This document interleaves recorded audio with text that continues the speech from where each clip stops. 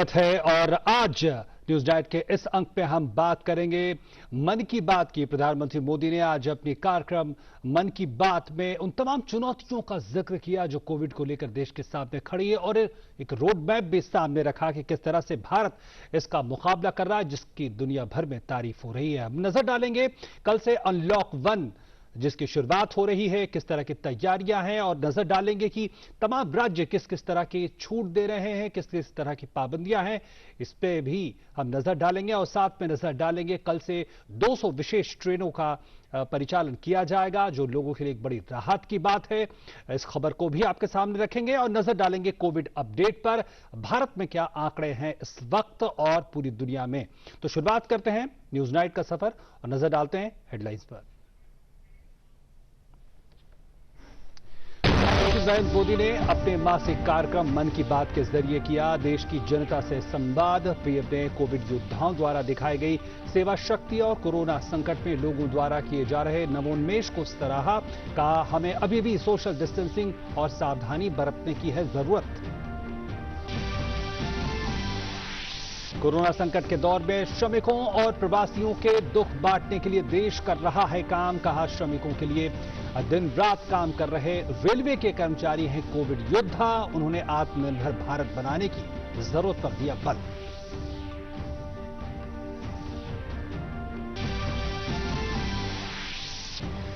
मन की बात कार्यक्रम में योग की अहमियत पर प्रधानमंत्री ने दिया जोर। आयुष मंत्रालय द्वारा आयोजित my life my yoga video blog प्रतियोगिता में भाग लेने की अपील की। पीएम ने की आयुष्मान भारत योजना के अहम योगदान की भी सराहना।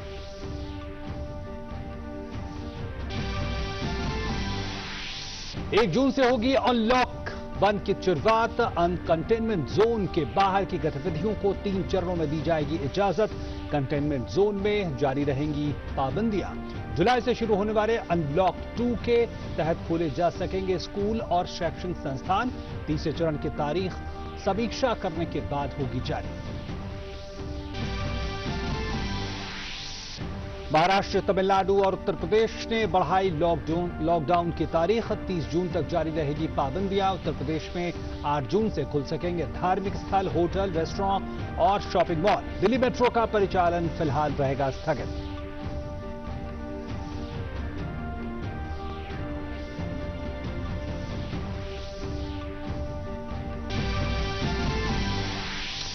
देश में तकरीबन 87,000 कोविड-19 संक्रमित मरीज अभी तक हुए स्वस्थ। ठीक होने की दर 47.75%। सक्रिय मामलों की संख्या 90,000 के करीब। कुल मामले हुए 1,82,000। 5,100 लोगों ने गंवाई जान। मौसम विभाग ने मानसून को लेकर जताई उम्मीद। 1 जून को केरल के तट पर पहुंचने की संभावना। अमेरिकी राष्ट्रपति ने G7 देशों के सम्मेलन में भारत को किया आमंत्रित। फिलहाल जून में होने वाली बैठक स्थगित। रूस, दक्षिण अफ्रीका और ऑस्ट्रेलिया भी करेंगे बैठक में शिरकत।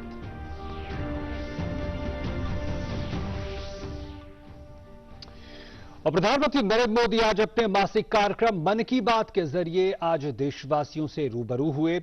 उन्होंने कोरोना वायरस के खिलाफ लड़ाई को अहम बताते हुए कहा कि सबके प्रयासों की सराहना उन्होंने की और कहा कि किसी भी सूरत में इस जंग को कमजोर नहीं पड़ने देना है। साथियों, हम सबको यह भी ध्यान रखना होगा कि इतनी कठिन तपस्या के बाद, इतनी कठिनाइयों के बाद देश ने जिस तरह हालत संभाला है उसे बिगड़ने नहीं देना है। हमें इस लड़ाई को कमजोर नहीं होने देना है। हम लापरवाह हो जाएं, सावधानी छोड़ दें, ये कोई विकल्प नहीं है। इसलिए 2 गज की दूरी, चेहरे पर मास्क, हाथों को धोना, इन सब सावधानियों का वैसे ही पालन करते रहना है जैसे अभी तक करते आए हैं। और कोविड-19 के प्रभाव का जिक्र करते हुए उन्होंने कहा कि महामारी की वजह से सबसे ज्यादा गरीब लोग प्रभावित हुए हैं। उन्होंने ऐसे में सरकार ने अहम फैसले लिए। साथियों, कोरोना के खिलाफ लड़ाई का यह रास्ता लंबा है। हमारे देश में भी कोई वर्ग ऐसा नहीं है जो कठिनाई में न हो, परेशानी में न हो। और इस संकट की सबसे बड़ी चोट अगर किसी पर पड़ी है तो हमारे गरीब, मजदूर, श्रमिक वर्ग पर पड़ी है।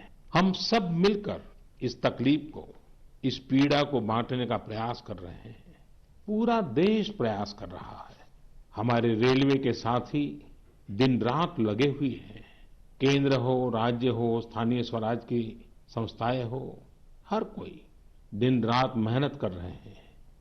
जिस प्रकार रेलवे के कर्मचारी आज जुटे हुए हैं, वे भी एक प्रकार से अग्रिम पंक्ति में खड़े कोरोना वॉरियर्स ही है। केंद्र सरकार ने अभी जो फैसले लिए हैं, उससे भी गांवों में रोजगार, स्वरोजगार, लघु उद्योगों से जुड़ी विशाल संभावनाएं खुली हैं। ये फैसले इन स्थितियों के समाधान के लिए हैं, आत्मनिर्भर भारत के लिए हैं। अगर हमारे गांव आत्मनिर्भर होते, हमारे कस्बे, हमारे जिले, हमारे राज्य आत्मनिर्भर होते, तो अनेक समस्याओं ने वो रूप नहीं लिया होता जिस रूप में वो आज हमारे सामने खड़ी है।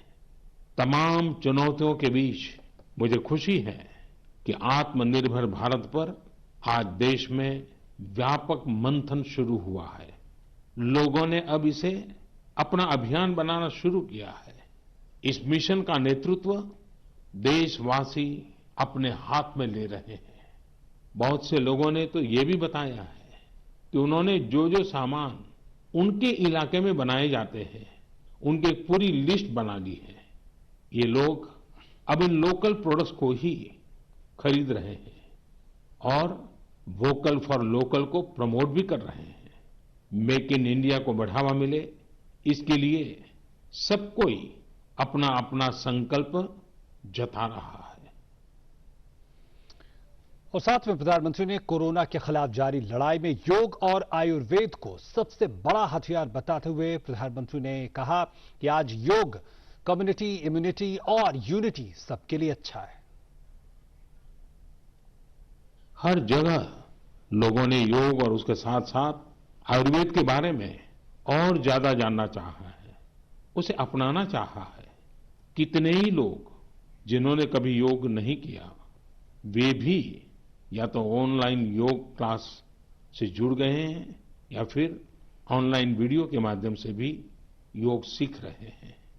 सही में योग कम्युनिटी, इम्यूनिटी और यूनिटी सबके लिए अच्छा है।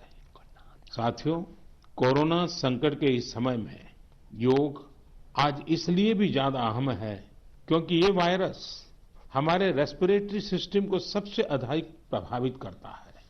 योग में तो रेस्पिरेटरी सिस्टम को मजबूत करने वाले कई तरह के प्राणायाम है, जिनका असर हम लंबे समय से देखते आ रहे हैं। ये टाइम टेस्टेड टेक्निक्स हैं, जिसका अपना अलग महत्व है। आयुष मंत्रालय ने भी इस बार एक अनोखा प्रयोग किया है। आयुष मंत्रालय ने माय लाइफ माय योग नाम से अंतर्राष्ट्रीय वीडियो ब्लॉग, उसकी प्रतियोगिता शुरू की है। भारत ही नहीं, पूरी दुनिया के लोग इस प्रतियोगिता में हिस्सा ले सकते हैं। मेरा आपसे अनुरोध है, आप सभी इस प्रतियोगिता में अवश्य भाग लें और इस नए तरीके से अंतर्राष्ट्रीय योग दिवस में आप हिस्सेदार बनिए। और प्रधानमंत्री ने कार्यक्रम में हर साल मनाए जाने वाले विश्व पर्यावरण दिवस पर प्रकाश डालते हुए कहा कि लॉकडाउन के दौरान हमें प्रकृति की अद्भुत छटा देखने को मिली है। प्रधानमंत्री ने साथ ही देशवासियों से अपील की कि इस अवसर पर कुछ पेड़ अवश्य लगाएं। कुछ दिन बाद ही 5 जून को पूरी दुनिया विश्व पर्यावरण दिवस मनाएगी। विश्व पर्यावरण दिवस पर इस साल की थीम है बायोडायवर्सिटी, यानी जैव विविधता। वर्तमान परिस्थितियों में यह थीम विशेष रूप से महत्वपूर्ण है। लॉकडाउन के दौरान पिछले कुछ हफ्तों में जीवन की रफ्तार थोड़ी धीमी जरूर हुई है, लेकिन इससे हमें अपने आसपास प्रकृति की समृद्ध विविधता को, जैव विविधता को करीब से देखने का अवसर भी मिला है। इन तस्वीरों को देखकर कई लोगों के मन में यह संकल्प उठा होगा क्या हम उन दृश्यों को ऐसे ही बना रख सकते हैं?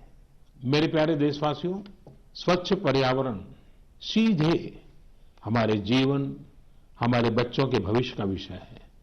इसलिए हमें व्यक्तिगत स्तर पर भी इसकी चिंता करनी होगी। मेरा आपसे अनुरोध है कि इस पर्यावरण दिवस पर कुछ पेड़ अवश्य लगाएं और प्रकृति की सेवा के लिए कुछ ऐसा संकल्प अवश्य लें जिससे प्रकृति के साथ आपका हर दिन का रिश्ता बना रहे। हाँ, गर्मी बढ़ रही है, इसलिए पक्षियों के लिए पानी का इंतजाम करना मत भूलिएगा। पठानकोट का एक गुमनाम दिव्यांग भिखारी राजू, जो कि अपनी कमाई को समाज सेवा पर खर्च करता है, वो किसी पहचान का मोहताज नहीं रहा। उसकी समाज सेवा के चर्चे दूर तक होने लगे। आज तो उसकी चर्चा देश के प्रधानमंत्री नरेंद्र मोदी ने अपने कार्यक्रम मन की बात में भी की। प्रधानमंत्री द्वारा उसकी चर्चा करना ये राजू के लिए ही नहीं बल्कि पूरे पठानकोट और पंजाब के लिए बड़े गौरव की बात है।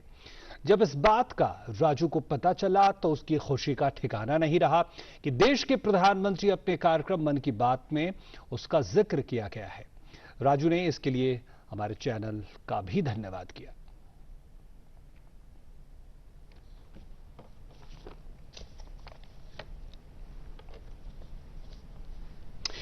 और मन की बात करें तो कई संदेश इसमें छुपे हुए हैं। और ऐसे वक्त में जब अब लॉकडाउन खत्म हो रहा है, अनलॉक 1 की शुरुआत हो रही है कल से, और कई गतिविधियां शुरू हुई हैं सरकार की तरफ से। इसी पे चर्चा करने के लिए हमारे साथ इस वक्त जुड़ रहे हैं हमारे साथ संतोष ठाकुर जी, वरिष्ठ पत्रकार हमारे साथ जुड़ रहे हैं। संतोष जी, सबसे पहले मन की बात में एक बात जो मोटे तौर पर समझ में आ रही है कि एक तरह से प्रधानमंत्री तैयार कर रहे हैं लोगों को, और वो ऐसी कौन सी सकारात्मक चीजें हो सकती हैं जिस पे हमें फोकस रखना है, उस तरफ इशारा करते दिखते हैं। हाँ, नमस्कार जी नमस्कार। प्रधानमंत्री जी की ये खासियत है कि वो जनता के साथ सीधे बात करते हैं, सीधा संवाद करते हैं। और उन्होंने ये संदेश दिया है कि अभी दुनिया का कोई भी मुल्क ऐसा नहीं है जिसके पास कोरोना की कोई वैक्सीन या दवा आई हो। तो ऐसे में हमारे को सकारात्मक कदम उठाने हैं और सरकार के जो दिशा निर्देश हैं उनको मानना है, और हमारे को खुद भी सचेत रहना है, दूसरों को भी सचेत करना है। और कई चीजें उन्होंने बताई कि जैसे आपको अनावश्यक बाहर नहीं जाना चाहिए, सरकार अपने मोर्चे पे सभी काम कर रही है लेकिन जनता का साथ चाहिए। उन्होंने कहा कि संयम के साथ जनता ने अभी तक साथ दिया और आगे भी साथ चाहिए। तो उन्होंने ये साफ बताया कि वो जनता को साथ लेके चल रहे हैं और जनता के हित के काम के लिए ही काम कर रहे हैं।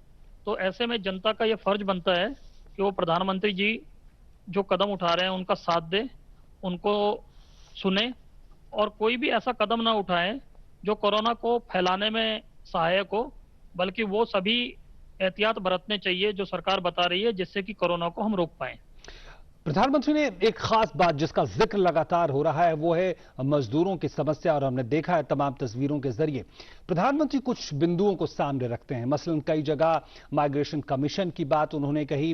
उन्होंने कहा कि किस तरह से छोटे मध्यम लघु उद्योगों में जिसके लिए सरकार ने कदम उठाए हैं वहां रोजगार की संभावनाएं हैं, और कई बातों का प्रधानमंत्री जिक्र करते हैं। इस वक्त कितना जरूरी था इस बात को एड्रेस करना, और प्रधानमंत्री क्या सीधा संदेश देना चाहते हैं उन वर्गों को? देखिए, अभी तक लोग ये कह रहे थे कि इतने लोग माइग्रेशन कर रहे हैं या सड़कों पे चल रहे हैं, लाखों श्रमिक चल रहे हैं, लेकिन सरकार की तरफ से कुछ नहीं कहा जा रहा है, कुछ नहीं किया जा रहा है। हालांकि सरकार अपनी तरफ से सभी कदम उठा रही थी, ट्रेन चलाई सरकार ने, उनके माइग्रेशन जो भी लोग कर रहे थे उनके रहने खाने के लिए व्यवस्था के निर्देश दिए गए। सभी राज्य सरकारों को ये कहा गया कि उनके लिए रास्तों में ऐसे कैंप बनाए जहां न केवल उन्हें खाना पानी मिले बल्कि डॉक्टर की सेवा मिले। अगर कोई साइकोलॉजिकल कोई डिप्रेशन में है तो उसके लिए उन्होंने बोला कि मनोवैज्ञानिक को भी वहां लाया जाना चाहिए। उन्होंने कहा कि बुजुर्ग और महिलाएं जो हैं उनके लिए विशेष व्यवस्था, उनकी अलग दिक्कतें होती हैं, उनकी अलग समस्याएं होती हैं, उनको देखते हुए, उनकी जरूरत को देखते हुए इंतजाम करने चाहिए। तो सरकार वो सभी काम कर रही थी, लेकिन जो मुख्य मुद्दा था जो प्रधानमंत्री ने आज उठाया और जो हमें भी समझना चाहिए, प्रधानमंत्री जी ने ये कहा कि ये बहुत ही दुख की बात है कि इतने लोगों को माइग्रेशन करना पड़ा और इसका जो सबसे ज्यादा दुख है वो निचले तबके के मजदूर श्रमिक लोगों ने भोगा है। लेकिन उन्होंने इससे भी महत्वपूर्ण बात यह कही कि अगर हमारे गांवों में रोजगार होता तो यह समस्या ही नहीं आती। और इसको उन्होंने फिर आगे इलोबरेट करते हुए या इसकी और इसको विस्तार में जाते हुए सरकार के भावी कदमों को लेकर भी जानकारी दी। उन्होंने बताया कि कई स्टेट हैं, उन्होंने माइग्रेशन कमीशन बनाया है, कई जी। जगह इन मजदूरों की स्किलिंग का काम हो रहा है। बिल्कुल। इसका मतलब यह है कि सरकार ने इसका न केवल संज्ञान लिया है बल्कि इस समस्या के स्थायी समाधान को लेकर भी सरकार के स्तर पर, और सरकार नहीं, प्रधानमंत्री जी के स्तर पर सोचा जा रहा है। तो इसका मतलब अब समस्या का समूल समाधान होगा। ठीक है। आने वाले समय में हम देखेंगे कि गांवों में रोजगार लगेंगे और लोगों को वही नौकरी मिलेगी जिससे कि इस तरह की स्थिति भविष्य में ना आए। बिल्कुल। ये बिल्कुल संदेश उन्होंने दिया है। बिल्कुल। एक आखिरी में छोटी सी टिप्पणी चाहूंगा। प्रधानमंत्री ने एक महत्वपूर्ण नीतिगत तथ्य की ओर इशारा किया है। उन्होंने ये कहा है कि जो पूर्वी क्षेत्र के राज्य हैं देश के, वहां से ये समस्या ज्यादा दिख रही है और वहां पे काम करने की जरूरत है। और उन्होंने कहा है कि इस हिस्से का विकास बेहद जरूरी है। और प्रधानमंत्री पहली बार इसका जिक्र नहीं कर रहे, पहले भी उन्होंने कहा था, खासकर दूसरी हरित क्रांति के संदर्भ में, फिर औद्योगिकीकरण के संदर्भ में। आपको लगता है किस तरफ ये इशारा कर रहे हैं? देखिए, जो प्रधानमंत्री जी ने पूर्वी हिस्से की बात की है तो उनका सीधा संकेत पूर्वी उत्तर प्रदेश और खासकर बिहार को लेकर है। अगर आप देखेंगे कि जो अभी भारतीय रेलवे ने प्रधानमंत्री जी के निर्देश पर जो 3,840 ट्रेनें चलाई और जो 50 लाख लोग उसमें गए, उसमें से स्वयं रेल मंत्री जी पीयूष गोयल जी ने ये बताया कि 80% रेलगाड़ियां जो हैं वो बिहार की तरफ गई और पूर्वी उत्तर प्रदेश में 20% गई, 80% जो है वो बिहार की तरफ गई। तो उनका संकेत साफ था कि पूर्वी भारत यानी कि पूर्वी उत्तर प्रदेश और उससे भी ज्यादा बिहार, वहां के लिए कोई ना कोई ऐसी नीति लानी ही पड़ेगी जिससे कि इस तरह की माइग्रेशन की स्थिति ना हो, लोग पलायन ना करें और बिहार में आने वाले समय में जी इंडस्ट्री लगेंगी। ये उनका साफ संदेश बिल्कुल था। संतोष जी, बिल्कुल। तो कई महत्वपूर्ण बातों की तरफ प्रधानमंत्री ने इशारा किया। निश्चित तौर पर एक दीर्घकालिक सोच के साथ प्रधानमंत्री की सारी बातें सामने आती हैं और एक सकारात्मक बातें सामने रखती है। बहुत बहुत धन्यवाद आपका हमारे साथ जुड़ने के लिए संतोष जी। और आगे बढ़ते हैं। और सरकार ने 1 जून से राष्ट्रव्यापी पूर्णबंदी खोलने के पहले चरण की घोषणा कर दी है। लॉकडाउन का चौथा चरण 31 मई को खत्म हो रहा है।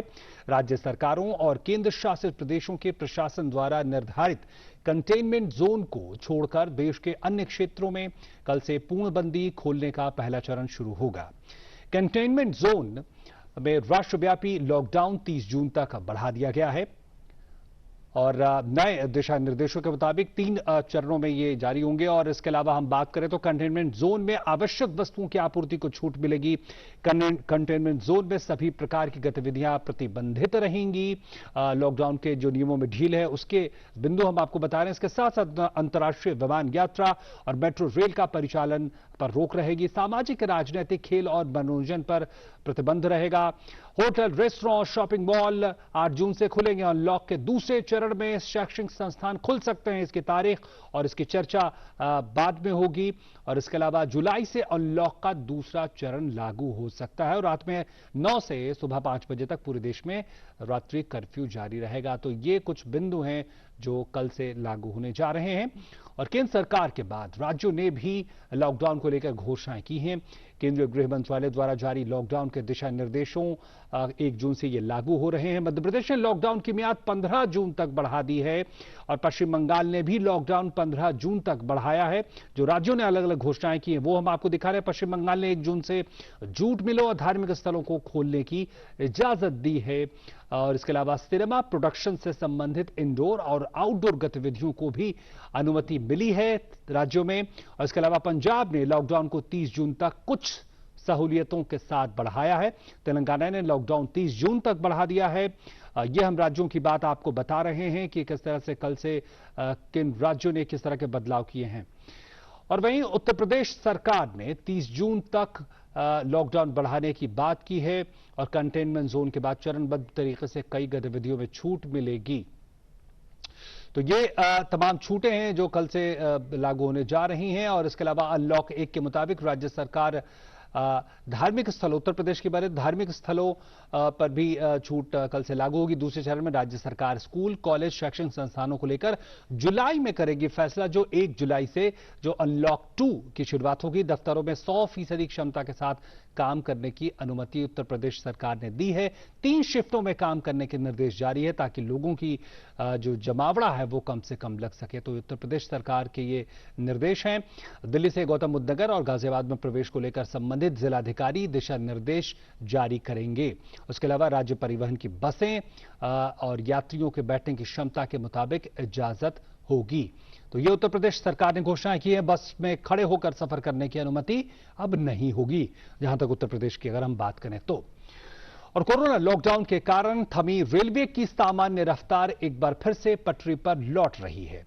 लंबी दूरी के लिए एसी स्पेशल ट्रेन चलाने के बाद अब रेलवे 1 जून से पैसेंजर ट्रेन चलाने जा रही है और देश में करीब 200 पैसेंजर ट्रेन परिचालित होगी और 1,45,000 यात्री यात्रा कर सकेंगे इन 200 ट्रेनों के जरिए। और इसके अलावा देश में करीब 200 ट्रेनों का परिचालन हो रहा है। और इसके अलावा हम बात करें तो आज सुबह 9 बजे तक 25,82,671 यात्रियों ने बुकिंग कराई है। हजरत निजामुद्दीन, दिल्ली और नई दिल्ली स्टेशन पर यात्रियों की एंट्री और एग्जिट के लिए दिशा निर्देश तय किए गए हैं। और कोविड अपडेट की बात कर लेते हैं। देश में कोविड-19 के खिलाफ जंग जारी है और केंद्र सरकार इस महामारी से बचाव के लिए हर संभव प्रयास कर रही है। और स्वास्थ्य मंत्रालय ने ताजा आंकड़े जारी किए हैं और ये क्या आंकड़े हम नजर डाल लेते हैं। तो देश में सक्रिय मरीजों की संख्या 89,995 हुई है, यानी करीब 90,000 तक पहुंचती हुई और अब तक 86,983 मरीज इस महामारी से ठीक भी हुए हैं। ये एक बेहद सकारात्मक संकेत है और कोरोना वायरस के कारण मरने वालों की संख्या 5,164 तक पहुंचती हुई। तो ये अपडेट कोरोना से जुड़ी हुई। और दुनिया भर की बात करें तो दुनिया भर में कोरोना वायरस से संक्रमण के कुल 60 लाख से ज्यादा मामले सामने आ चुके हैं और जिनमें से 3.67 लाख से ज्यादा लोगों की मौत हुई है। तो ये दुनिया भर की बात करें तो ये अपडेट कोरोना से संबंधित। अमेरिका में संक्रमण के 17,60,000 से ज्यादा मामले दर्ज हुए हैं। सबसे ज्यादा शीर्ष पर अभी अमेरिका ही लगातार बना हुआ है। चीन में 2 नए मामले सामने आए और अब तक 4,634 लोगों की यहां पर मौतें हुई हैं और बिना लक्षण वाले 3 और मामलों की पुष्टि हुई है चाइना की बात करें तो। और इसके अलावा हम बात करें इसी से जुड़ी कुछ और अंतर्राष्ट्रीय संकेतों की तो जिस तरह से ब्रिटेन में संक्रमण और फैलने की आशंका जताई गई है, इसलिए सख्ती के नियमों का पालन करना ही एकमात्र विकल्प है। इस तरह के संदेश लगातार आ रहे हैं। और हम बात करें कोविड से जुड़ी कुछ और खबरों की तो लगातार हम देख रहे हैं कि गृह मंत्रालय ने राज्यों को जो है अलग अलग संकेत दिए और राज्यों ने उस हिसाब से अपने दिशा निर्देश जारी किए हैं।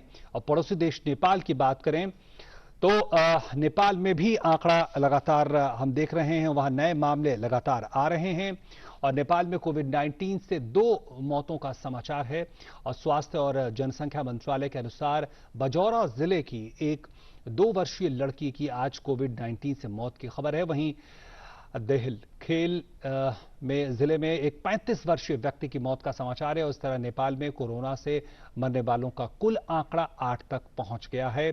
और स्वास्थ्य और जनसंख्या मंत्रालय के प्रवक्ता ने कहा कि पिछले 24 घंटों के दौरान कोविड-19 के 166 नए मामले सामने आए हैं और कुल संख्या बढ़कर 1,567 हो गई है।